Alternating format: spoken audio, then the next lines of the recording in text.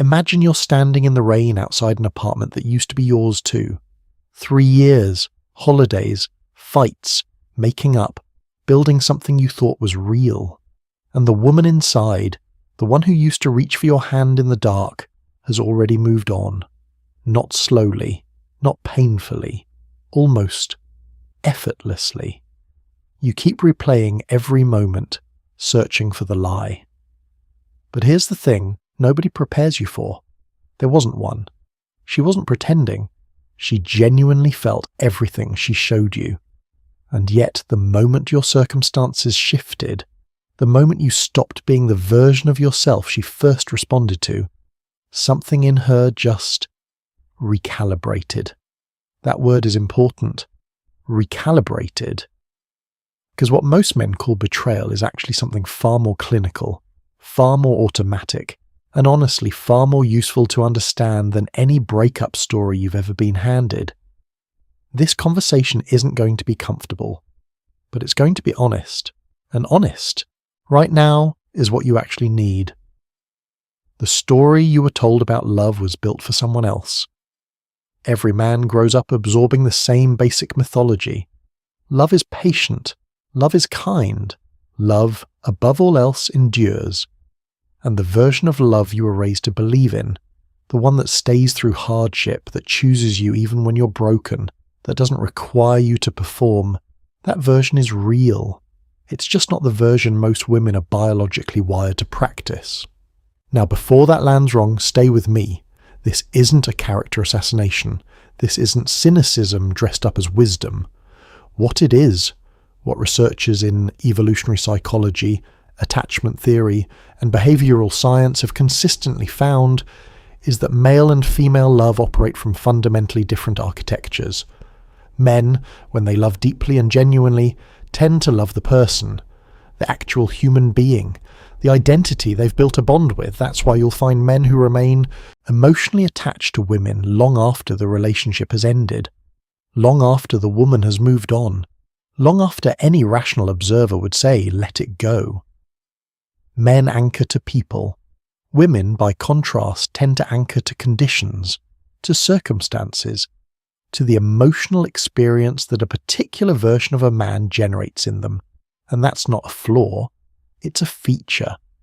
For most of human history, a woman's survival and the survival of her children depended entirely on her ability to assess whether the man beside her was still capable of protecting and providing. Women who stayed blindly loyal to men who had lost their footing didn't pass that loyalty on to many descendants. Women who remained emotionally flexible, who could attach and redirect when circumstances demanded, those women thrived. What you're navigating today, in your relationship, in your confusion, in your heartbreak, is the 2024 version of a mechanism that is tens of thousands of years old, and you cannot fight it. You can only understand it. So what's the move? Stop measuring her love by your own standard.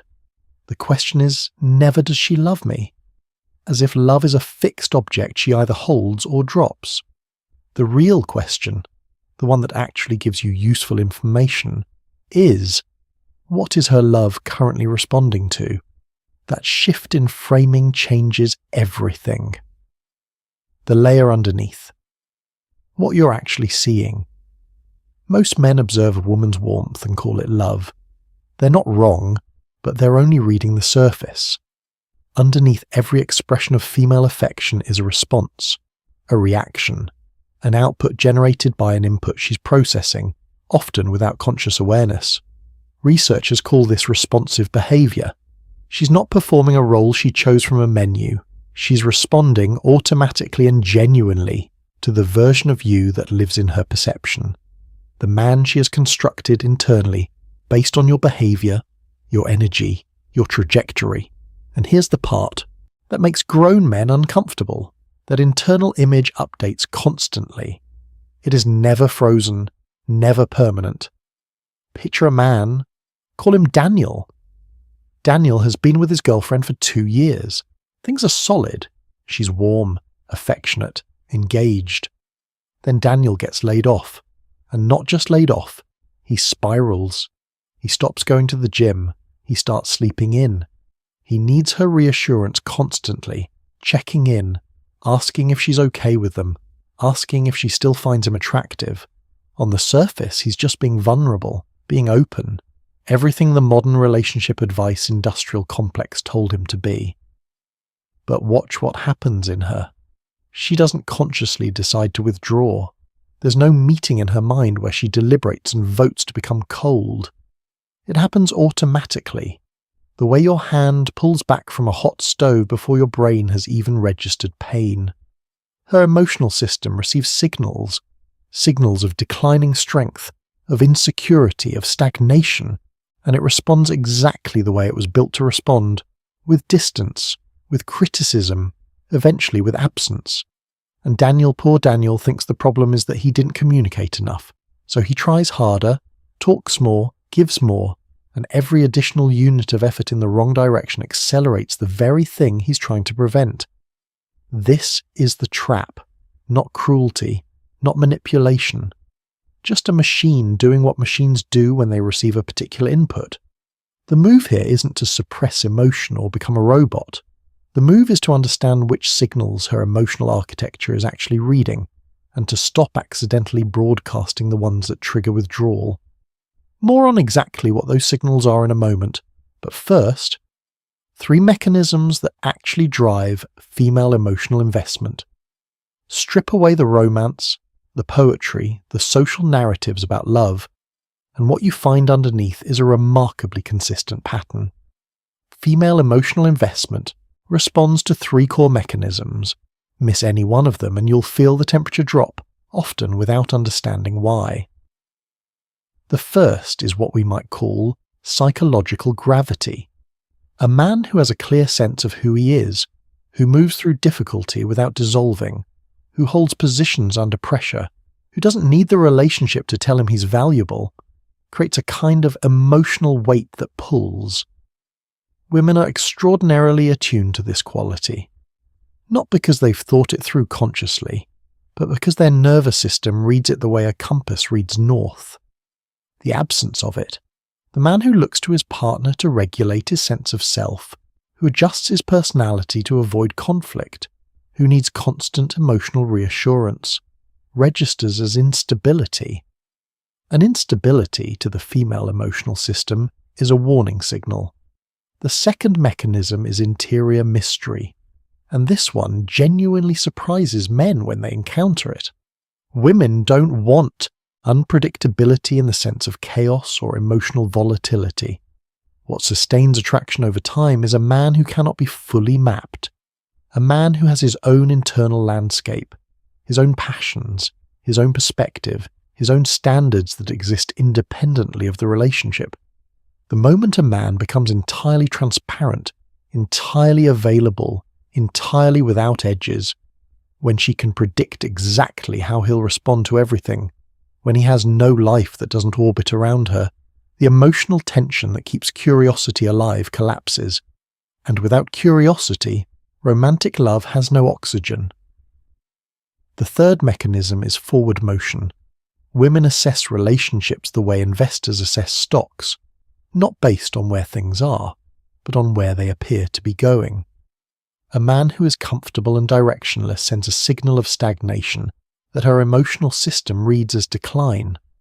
Not because she's materialistic, not because she only cares about achievement, but because forward motion is a signal of vitality, of aliveness, of a man who is still becoming something. Comfort without direction is, to the female emotional system, a red flag disguised as stability. Now, practical application. When you understand these 3 mechanisms, you stop trying to love harder and start building more deliberately. You stop asking, am I giving her enough affection? And start asking, am I the kind of man whose presence naturally generates the conditions for sustained emotional investment? Those are completely different questions. They lead to completely different lives. Why the men who try hardest get hurt the most. Pay close attention here. The men who suffer most acutely from this dynamic are almost never the ones you'd expect. They're not the checked-out men, not the emotionally closed ones. They're the ones who read, who reflected, who showed up, who tried, and somehow they're watching a woman they genuinely loved walk straight into the arms of a man who, by every visible measure, tried far less. And they ask the same question over and over. Why? Here's what's actually happening. Effort aimed at the wrong target produces nothing. You can be a championship-level runner and still lose the race if you're running in the wrong direction. And a generation of men has been coached by well-meaning but deeply incomplete relationship advice to direct their energy at expressions of love rather than the foundations of it. Vulnerability, emotional availability, verbal affirmation, consistency and communication. These are the flowers. They bloom beautifully when the roots are healthy. But they cannot create healthy roots. And men who are told that these expressions were the foundation of a great relationship built entire houses on top of what was actually just decoration. The cruel irony is that the more some men leaned into this model, the more they opened up, the more they accommodated, the more they asked for nothing in return, the more they eroded the exact qualities her emotional system depends on to sustain investment. They became more giving and less compelling simultaneously, and they never understood why the equation wasn't working. You weren't failing from a lack of love. You were failing from an incomplete map. And an incomplete map, no matter how confidently you follow it, takes you somewhere you never intended to go. The difference between understanding and using a quick but necessary detour. Because this kind of insight can go two directions, and only one of them leads anywhere worth going. Men who take this knowledge and use it to manipulate, to control, to deceive, they tend to produce short-term results wrapped around long-term emptiness, the performance of strength without its substance, the appearance of direction without an actual destination. It works, sometimes, for a while, and then it collapses, loudly, and they're worse off than when they started because now they've built something with no structural integrity. The men who use this understanding correctly use it the way an architect uses physics, not to circumvent reality, but to build in alignment with it. A man who genuinely develops psychological strength, who builds real direction, real purpose, real identity, doesn't need tactics.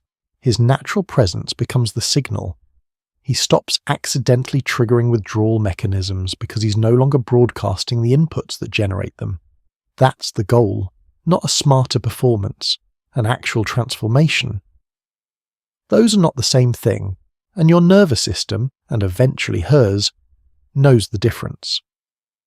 Choosing someone whose love is built differently. Here's a dimension of this conversation that most people skip entirely, and it might be the most practically important section of everything we've covered. Not all women's love functions at the same level of conditionality. Character is a variable. Self-awareness is a variable. Emotional maturity, the genuine kind, not the Instagram caption kind, dramatically affects how a woman's love actually operates in practice. A woman who has done real internal work, who selects partners from her values rather than her feelings in the moment, who has a demonstrated history of choosing loyalty over comfort when things get difficult. That woman's love is going to function very differently from a woman who is operating purely from unconscious emotional programming, from anxiety, from unresolved patterns she hasn't examined. This is why who you choose matters more than almost any other decision you'll make. Not because women are risky, but because the distance between a woman who loves with conscious intention and a woman who loves purely reactively is enormous and almost impossible to see in the early stages of attraction, when everything feels electric and nothing feels complicated. Most men in the selection process are evaluating the wrong variables. They're looking at physical, chemistry, shared humour, family background, social compatibility, all of which matters. But almost none of them are asking the harder questions. Questions like, when things became genuinely difficult in her past relationships, what did she actually do? Not what story does she tell about it? What did she do? Does she have a pattern of staying through difficulty, or a pattern of exiting when comfort disappears? Does she choose from her values or from how she feels on a given Thursday? A woman who has never sustained love through a genuinely hard season is not a woman whose love you can build a life on, regardless of how real it feels right now. The practical move is to become a patient, honest observer before you become a committed partner. Watch behavior across time and context. Ask the uncomfortable questions early, because the discomfort of an honest conversation at month 3 is nothing compared to the wreckage of a misaligned commitment at year 4. What you do with all of this, the temptation, when men absorb this kind of information, is to close off, to become transactional, to say, love is conditional, so I'll condition myself not to need it, not to give it, not to risk it. And that response is understandable, but it leads to a life built around a wound instead of around a vision. Look at the men in your life who have genuinely good, stable, mutually invested relationships. Really look at them. Almost universally, they are not the most romantically intense men in the room. They're not the ones who love the most desperately or perform the most dramatically. They're the ones who brought a full life into the relationship, who have direction, purpose, friends, passions, standards that existed before she arrived and would continue to exist if she left. Their love is a genuine offering, not a transaction, not a negotiation, not a plea. And because it doesn't come from need, it doesn't collapse when it isn't perfectly matched. Because they're not asking for something she's not equipped to give. They already feel whole, and that wholeness, that self-contained aliveness, is the single most consistent thing the female emotional system responds to with sustained, genuine investment. You don't have to build that overnight. You don't have to become a different person. You just have to stop building your emotional foundation on top of someone else's approval. Stop chasing the fairy tale version of unconditional love that asks nothing of you and offers everything in return. Start becoming, deliberately and patiently, the kind of man whose presence naturally generates the conditions where real love grows and actually stays. The brutal truth was never that women are incapable of love. The brutal truth is that their love speaks a language most men were never taught. And the men who learn it, not to game the system, but to genuinely understand the human being across from them, those men stop being blindsided by patterns they could have recognized years earlier, and they build something real, not the story you were sold, something better, because it's true.